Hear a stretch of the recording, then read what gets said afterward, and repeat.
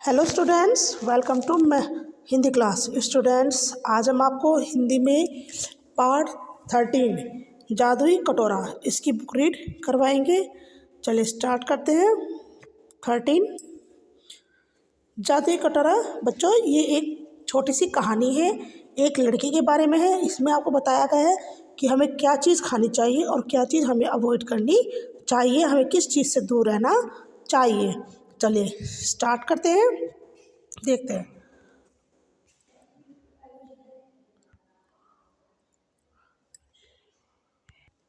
चलिए स्टार्ट करते हैं।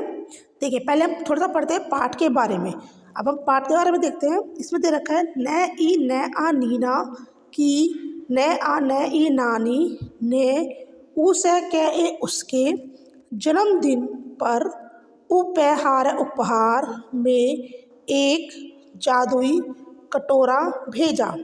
नीना की नानी ने उसके जन्मदिन में उपहार में एक जादुई कटोरा भेजा। इस कहानी को पढ़कर जाने कि उस जादुई कटोरी ने क्या कमाल दिखाया। अब हमें इस कहानी को पढ़ना है और देखना है कि इस कटोरी ने क्या कमाल दिखाया था जो नीना के बारे में ये कहानी कही गई है। चलिए देखें। नीना की नानी नागपुर में रहती थी। नीना की नानी कहाँ पर रहती थी? नागपुर में। उन्होंने नीना के लिए उपहार में एक कटोरा भेजा। नीना के लिए उन्होंने क्या भेजा था? उन्होंने नीना के लिए कटोरा भेजा। तो उपहार उपहार हम ऐसे लिखते हैं। ओके, वह एक जादुई कटोरा था। कटोरा कैसा था? कटोरा था जादुई। ओके, आगे देखते हैं। उस कटोरे पर फलों और सब्जियों के चित्र बने थे। जो वो कटोरा था उसके बाहर जो है फल और सब्जियों के चित्र बने हुए थे। नीना की माँ ने खाना खाते समय कटोरे को मेज पर रख देती थी। नीना की माँ क्या करती थी?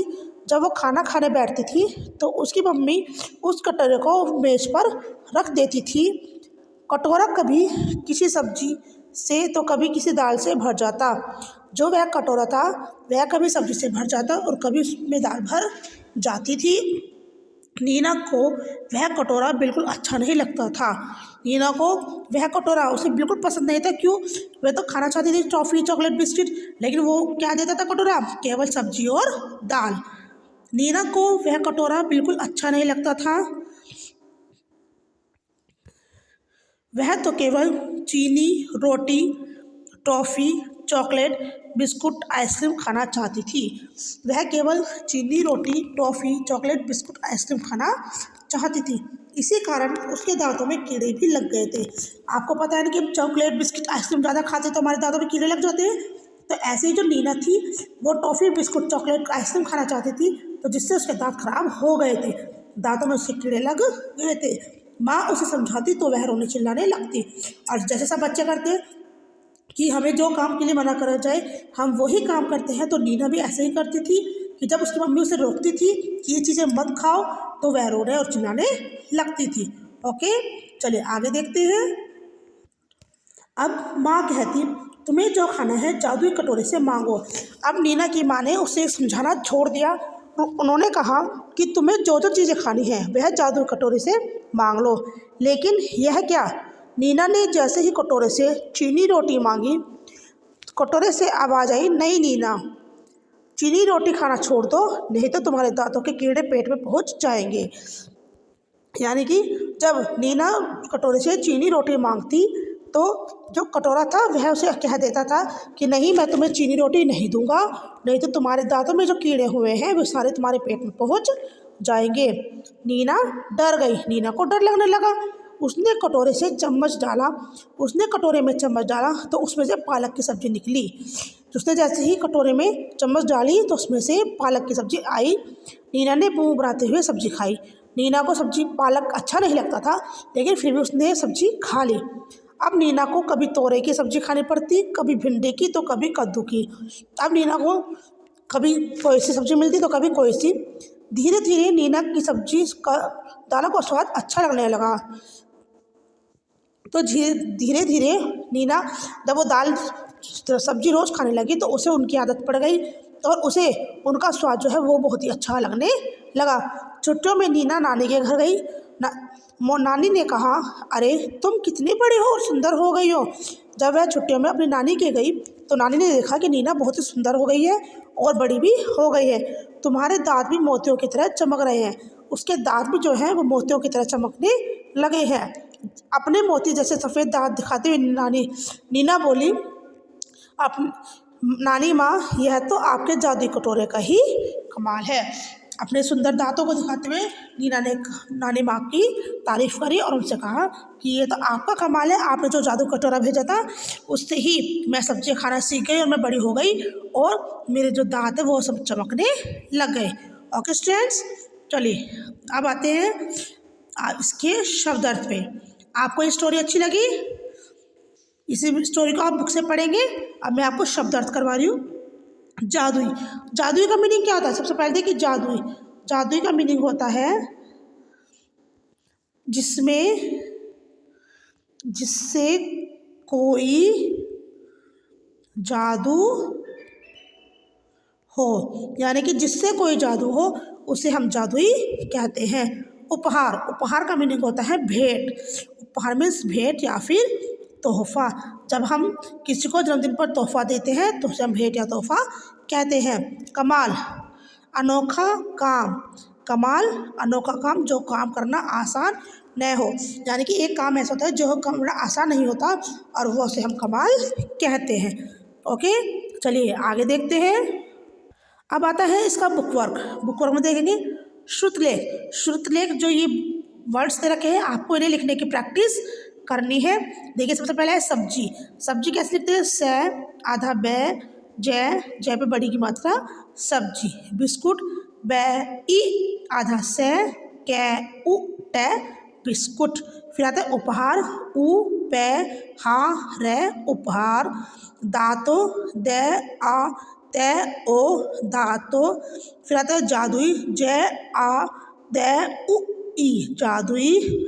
चिल्लाना, च ई ले आ ने आ चिल्लाना। फिर आता है आवाज़, आवाज़ मांगी, मैं आ गे ई और चंद्र बिंदु। ओके, ये हो गए हमारे वर्ड्स। ये क्वेश्चन आंसर है। ये क्वेश्चन आंसर मैं आपको कॉपी में करवाऊंगी। चलिए सही गलत पर सही का निशान लगाइए। अब आपको ऑब्जेक्टिव क्वेश्चन आ गए हैं, अभी आपको करने हैं। देखिए, जादुई कटोरे पर किसके चित्र बने थे? हमें सबसे पहले करना है कि जादुई कटोरे पर किसके चित्र बने थे? फल सब्जियों के, पशुओं के, फूलों के। तो जादुई कटोरे पर किसके चित्र बने थे? जादुई कटोरे पर फल सब्जियों के चित्र बने थे, तो हम फल सब्जियों पर राइट लगा देंगे। नीना का जादुई कटोरा किसने दिया था? नीना को जादुई कटोरा किसने दिया था? बताइए, नीना को जादुई कटोरा किसने दिया? माँ ने दिया, पिता ने दिया, नानी ने दिया। तो नीना को जादुई कटोरा उसकी नानी ने दिया था, तो नानी पर राइट लगा देंगे। नीना ने कटोरी में चम्मच डाला तो क्या निकला? नीना जी ने जब चम्मच कटोरे के अंदर डाली तो उसमें से क्या निकला था? पालक निकली थी, दाल निकली थी या आइसक्रीम? तो उसमें से निकला पालक। ओके, चलिए आगे देखते हैं। आगे 3 सब्जियों के नाम लिखिए। अब आपको 3 सब्जियों के नाम लिखने हैं और 3 फलों के नाम लिखने हैं। आपको जो पसंद हो आप वो लिख सकते हैं, ज़रूरी नहीं जो मैंने लिखे आप वही लिखें। जो भी आपको पसंद हो आप लिख सकते हैं। सब्जियों के नाम में आप आलू, मूली, अदरक, पालक,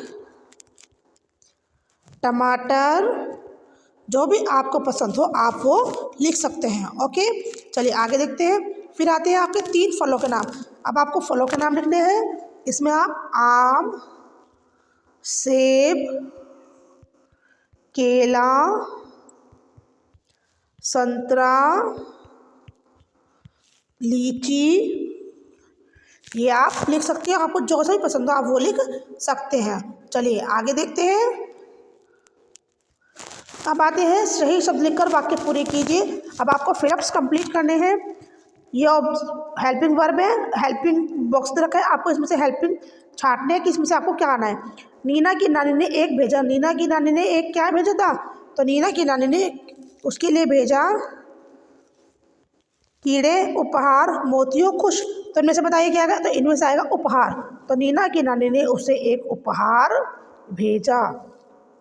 उसके दांतों में लग गए थे, नीना के दांतों में क्या लग गए थे, नीना के दांतों में लग गए थे कीड़े। वह होकर सब कुछ खाने लगी। वह क्या होकर खाने लगी थी, खुश। वह खुश होकर सब कुछ खाने लगी थी। ओके, आगे देखते हैं। नीना के दांत की तरह चमकने लगे। नीना के दांत किसकी तरह चमकने लगे थे, नीना के दांत मोतियों की तरह चमकने लगे थे। ओके, चलिए आगे देखते हैं। फिर आता है भाषा से पढ़िए, समझिए और लिखिए। ये आपके एक वचन बहुवचन है, आपको पढ़ना है, लिखना है।